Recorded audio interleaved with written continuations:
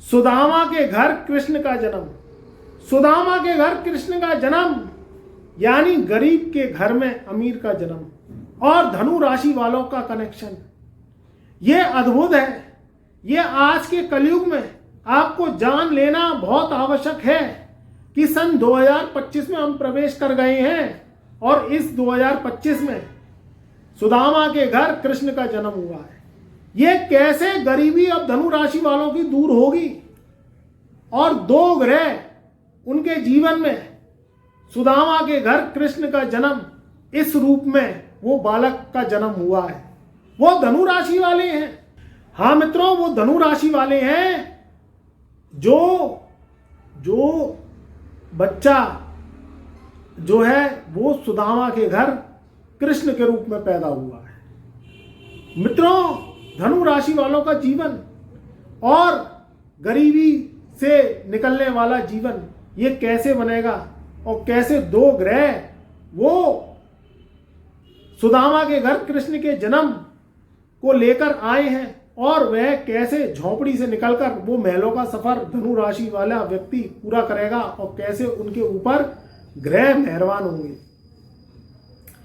इस समय दो दो ग्रहों का महा राजयोग केदार राजयोग चल रहा है। वो केदार राजयोग गरीब के घर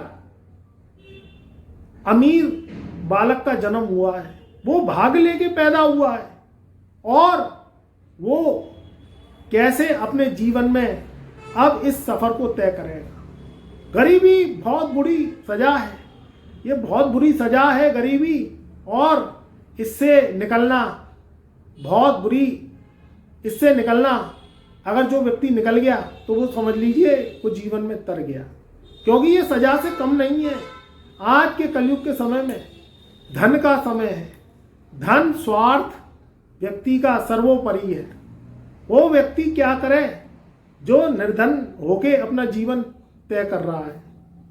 और कैसे धनु राशि वाले सुदामा के घर कृष्ण का जन्म अब होगा और वह ये गरीबी के तंत्र जाल से अब मुक्त होंगे। इस समय वर्ष के प्रारंभ में ही शनि शुक्र की युति चल रही है। सन 2025 में जनवरी के माह में हम प्रवेश कर गए हैं और ये युति जो है 28 दिसंबर सन 2024 को शुरू हुई थी। मगर कहीं ना कहीं कुछ पड़ाव ऐसे होते हैं जो ग्रह फल देने में थोड़ा सा समय लगा लेते हैं। अब जो शुक्र है वो वह हो गया है युवा अवस्था में और उसके संग शनि भी बैठा हुआ है। शुक्र और शनि का ये मिलन यानी काली रात, उसमें एक ध्रुव तारा जब उगता है तो वो काली रात को खत्म कर लेता है। सुदामा के घर कृष्ण का जन्म का मतलब यही है कि शनि दुख का कारक है। दुख, गरीबी, कष्ट और परेशानी ये सबसे बड़ी जिंदगी की सजा होती है, जो कि मौत से भी ज्यादा बुरी होती है। इसमें व्यक्ति भुगत के परेशान हो जाता है, क्योंकि वो जिंदगी में अपनी आवश्यकताओं की पूर्ति ही नहीं कर पाता है। और ये ग्रह मेहरबान हो जाती हैं तो एक की झोली में तो 56 करोड़ की दौलत भर देती है। इनका भी गणित समझ में नहीं आता है। इनकी भी मेहरबानियां समझ में कभी कभी नहीं आती हैं। लेखों में, शास्त्रों में तो कुछ और लिखा हुआ है, क्योंकि शास्त्र है 5000 साल पुरानी। और कलयुग में, आज के युग में प्रैक्टिकली जिंदगी बहुत अलग है। व्यक्ति को सीधा समझाओ तो उसकी सीधी समझ में ही नहीं आती। व्यक्ति जो सीधा बोलता है तो दूसरा व्यक्ति उससे उल्टा बोलता है। वो व्यक्ति सीधी चाल चलता है तो दूसरा व्यक्ति उल्टी चाल चल के उसको कहीं ना कहीं अफसाने और बेगाना बना देता है।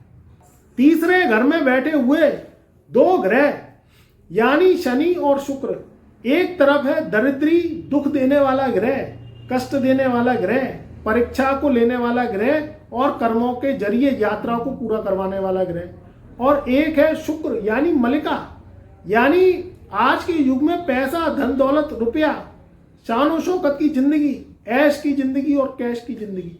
जब ये दो ग्रह मिल जाते हैं और अंश बली पावरफुल हो जाते हैं तो गरीब के घर में ये मान के चलो अडानी अंबानी का जन्म हुआ है। सुदामा के घर में कृष्ण का जन्म हुआ है और धनु राशि वाले अब इससे तर जाएंगे। उनकी सारी पिछली फाइनेंशियली प्रॉब्लम अब जो दूर हो जाएंगी। अभी ये युतियां चलेंगी, उसके बाद शुक्र निकल के जो है मालव्य राजयोग युति भी बनाएंगे। उसमें भी धनु राशि वालों का जो वर्चस्व है वो बहुत बढ़ चढ़ के बहुत पावरफुल हो जाएगा। तो आपके लिए तो जनवरी, फरवरी और मार्च का जो ये 3 महीने हैं ये बहुत अच्छे हैं, क्योंकि इसमें मल्टी मिलियन राजयोग बनेंगे और धनु राशि वालों का जो ग्राफ है वो हवाई जहाज की तरह ऊंचा होता चला जाएगा। मगर ध्यान रखिए, आपको इन राजयोगों के अचीवमेंट लेने के लिए काम तो करना पड़ेगा, क्योंकि ग्रह चाहते हैं कर्म। आपका जीवन कर्म प्रधान है, कर्म करिए तो सफलता अवश्य मिलेगी। मगर ग्रहों को साथ में लेके अगर आप काम करेंगे तो उसमें सफलता अधिक मिलेगी। कभी कभी अंधे घोड़ों की रेस आपको जीवन से हरा देती है। कभी कभी धूल में लठ मारना वो भी समय को व्यर्थ करना हो जाता है। कभी कभी आप अगर आंख बंद करके घोड़े पे बैठते हो, फिर आंख खोलते हो तो पता चलता है वो तो गधा था और गधे पे बैठ के आप उसको हाँक रहे थे। तो इस बात का ध्यान रखें, ये जीवन मनुष्य जीवन है, ये बैल बुद्धि जीवन नहीं है जो आप कोलू के बैल की तरह घूमते रहें। और कोलू के बैल को क्या करते पता है, आंख में पट्टी बांध देते हैं और उसे ऐसा लगता है कि वो खेत जोत रहा है, जबकि वो रियल में तेल निकाल रहा होता है। जो सरसों का तेल, कोलू का तेल होता है वो निकाल रहा होता है। तो ये मनुष्य जीवन है। धनु राशि वाले आप भली प्रकार से सुन लें कि आप ग्रहों को जो है समझें। ग्रहों को समझना आपके जीवन का संघर्ष को कम करना है। ऊपर वाले ने तो भुगतन दे दी, मगर उस भुगतन को आप भुगतते ही रहेंगे तो जीवन में क्या कर लेंगे। लाइफ बहुत मूल्यवान है, जीवन एक ही बार मिलता है। मनुष्य जीवन 84 लाख योनियों को भोगने के बाद मिलता है। मोक्ष जीवन से पहले है, जीवन के बाद भी मोक्ष है, मगर आपको क्या चाहिए ये आपको सोचना होगा। कुंडली आधार है, आपकी जड़ है, आपका बेस है। कुंडली 9 ग्रह, 12 राशियां, 27 नक्षत्र और 120 साल की आपकी महादशा, इसके ऊपर निर्भर करता है। पिछले जन्म में अगर आप कुछ कर्म ऐसे करे आए जो इस जन्म में आप भुगतान के रूप में भुगत रहे हैं, क्या करे आए क्या नहीं करे आए, जी सब आपकी कुंडली में लिखा है। कुंडली मन का दर्पण है। अगर आप इस समय जीवन भोग रहे हैं अच्छा, तो कहीं ना कहीं अगर दशाएं गलत आ गई तो वो जीवन संघर्ष में भी होते देर नहीं लगती। और अगर जीवन संघर्ष में भोग रहे हैं और आपको आगे का पता चल जाए कि इसका समाधान क्या है, तो वो रास्ता निकल के आप अच्छी जीवन भी जी सकते हैं और आप अपने जीवन के जो गोल्स हैं, उद्देश्य हैं, वो भी पूरा कर सकते हैं। मगर बुद्धि बल का प्रयोग करें, बुद्धि का प्रयोग करें और अपने जीवन को अचीवमेंट लेने के लिए और अपने जीवन में सुख लेने के लिए कुंडली विश्लेषण अवश्य करवाएं। ग्रह आते हैं जाते हैं, गोचर उनको लाभ देते हैं जिनकी कुंडली में ग्रहों की पोजीशन अच्छी है। जिनकी कुंडली में ग्रह खराब है उनकी कुंडली में उनको असर ही नहीं पड़ता। फिर वो कहते हैं गुरुजी कुछ होता नहीं है। वो इस रीजन से नहीं होता है क्योंकि आपकी कुंडली बलहीन है, कहीं ना कहीं उसमें भयंकर दोष और ऋण भरे हुए हैं। वो आप पिछले जन्म में कुछ ऐसा करे आए कि इस जन्म में आपकी भुगतान खत्म होने का नाम ही नहीं लेती। ग्रह क्या चाहते हैं? ग्रह चाहते हैं समय समय पे अपना भोग। ग्रह क्या चाहते हैं? ग्रह चाहते हैं तर्पण। ग्रह चाहते हैं कि आप उनका आदर सद्भावना करें, क्योंकि इस धरती पे ही मोक्ष है। आप मोक्ष कैसा चाहते हैं? अगर आपने पिछले जन्म के कर्मांश अपने ठीक कर लिए, कर्म सही कर लिए, कहीं ना कहीं ग्रहों का भोग लगा दिया, तो उसमें फिर ग्रहों की शुभता आपके ऊपर आना शुरू हो जाती है। अब सुनामा के घर में जो कृष्ण का जन्म हुआ है, ये शनि और शुक्र के मिलन के कारण ही हुआ है। शनि और शुक्र का मिलन जो कि 30 वर्ष बाद हुआ है, ये रोज रोज नहीं होगा, क्योंकि अब 30 वर्ष बाद ही शनि और शुक्र मिलेंगे, क्योंकि इस समय शनि के कुछ महीने बचे हैं, यानी 3 महीने बचे हैं। 29 मार्च सन 2025 को शनि महाराज राशि परिवर्तन कर जाएंगे और वो कुंभ राशि से निकल के मीन राशि में चले जाएंगे।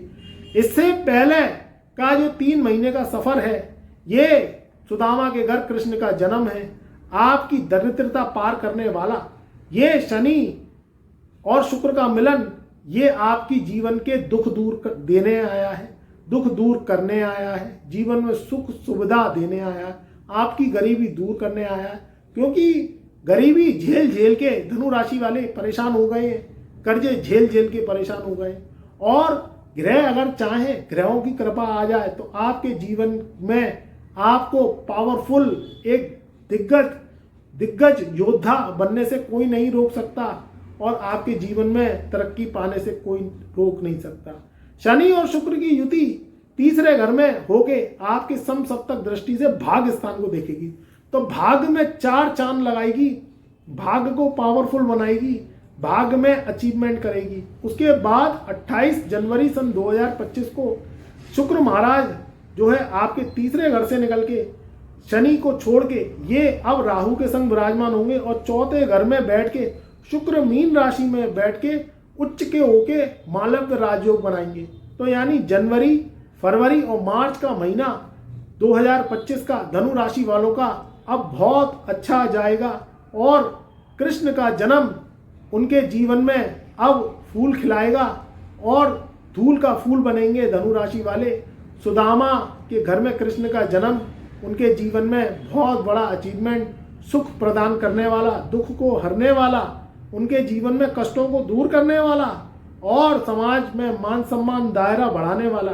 धनु राशि वालों की भी कहीं ना कहीं जब सितारे नीचे हो जाते हैं तो उनको भी कहीं ना कहीं नीची निगाहें करनी पड़ती हैं, क्योंकि इस जीवन में रहना है तो समाज भले ही साथ दे ना दे, अपनी नाक को ऊंची रखनी पड़ती है, ऊंचा रखना पड़ता है, तब दायरा बढ़ता है। समाज किसी के काम नहीं आता, मगर कहीं ना कहीं समाज में नजरें उठा के धनु राशि वाले चलते हैं, नजरें झुका के नहीं चलती हैं।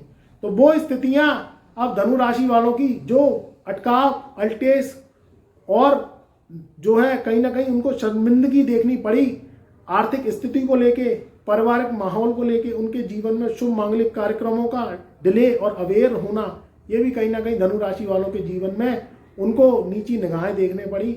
अब ये सब उठा के जिएंगे, नजरों को मिला के जिएंगे, उनके जीवन में भी हर डिजायर्स, हर मनोकामनाएं ये 2 ग्रह पूरी करेंगे, क्योंकि कलयुग का राजा कर्मों के द्वारा भाग्य को जो है एकदम से खोलने वाला, फाड़ने वाला भाग्य को, वह है शनि। और शुक्र तो लग्जरी, धन दौलत, प्रेम और जीवन में सुख सुविधा, सुंदरता, जीवन में गाड़ी घोड़े वाहन मकानों के सुख और कैश के सुख, जीवन में पैसे धन दौलत के सुख देने वाला ये शुक्र और शनि का मिलन आपके जीवन में सारी परेशानी दरिद्रता को दूर करने आएगा, और जनवरी से लेके मार्च सन 2025 तक का जीवन बहुत अच्छा रहेगा।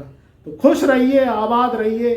चैनल पर नए आए हैं तो चैनल को सब्सक्राइब करना मत भूलिएगा, ज़्यादा से ज़्यादा वीडियो को लाइक करिएगा, कमेंट में जय शुक्रदेव अवश्य लिखिएगा, क्योंकि शुक्र ही आपके जीवन की सारी परेशानियां दूर करेंगे और धनु राशि वालों के जीवन में अब उनकी मन्नतें अवश्य पूरी करेंगे। तो मेरा प्यार, मेरा आशीर्वाद आपके सदा साथ रहे।